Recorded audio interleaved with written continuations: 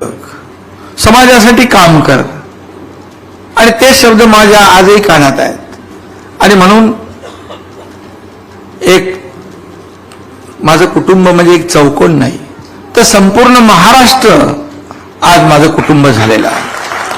त्यामुळे वेळ जातो आणि कधी वेळ संपतो, कधी रात्र संपते, कधी पहाट होते, मला कळत नाही.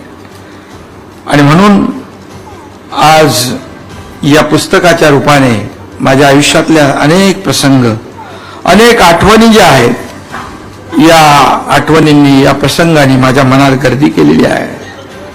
आणि अशा प्रकारच्या शेकडो प्रसंगांनी मला एक संघर्ष करण्याची ऊर्जा मला दिली.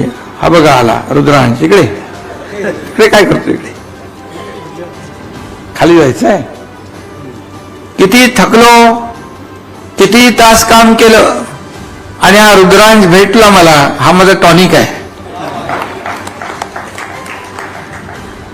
सर्व थकवा दूर होतो. आणि खऱ्या अर्थाने आज आमच्या 4 पिढ्या आहेत. बाबा माझे समोर बसलेत.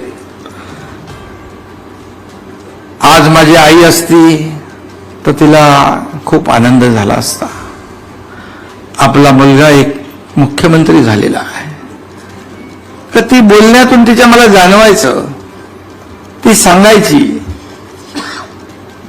यश आलं तर हुरळून जाऊ नकोस, अपयश आलं तर खचून जाऊ नकोस, हिमतीने उभा राहा. आणि म्हणूनच आज या ठिकाणी